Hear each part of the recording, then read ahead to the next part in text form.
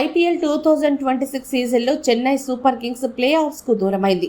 గుజరాత్ టైటాన్స్తో జరిగిన మ్యాచ్లో 89 పరుగుల భారీ తేడాతో ఓటమి పాలవడమే కాకుండా ప్లే ఆఫ్స్ రేసు నుంచి కూడా నిష్క్రమించింది.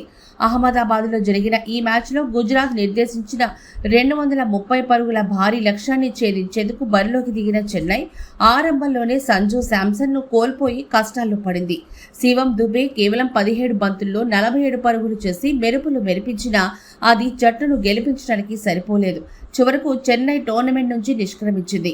మ్యాచ్ ఓటమితో పాటు స్లో ఓవర్ రేట్ కారణంగా జట్టుకు భారీ జరిమానా పడటం సీఎస్కేకి మరో పెద్ద దెబ్బగా మారింది. స్లో ఓవర్ రేట్ కారణంగా కెప్టెన్ రుతురాజ్ గైక్వాడ్కు 24 లక్షల జరిమానా విధించారు. కెప్టెన్తో పాటు ఇంపాక్ట్ ప్లేయర్తో సహా తుది జట్టులోని మిగతా సభ్యులందరికీ తలా 6 లక్షలు లేదా మ్యాచ్ ఫీజులో 25% ఏది తక్కువైతే అది జరిమానాగా విధిస్తున్నట్లు ఐపీఎల్ అధికారిక ప్రకటనలో స్పష్టం చేసింది.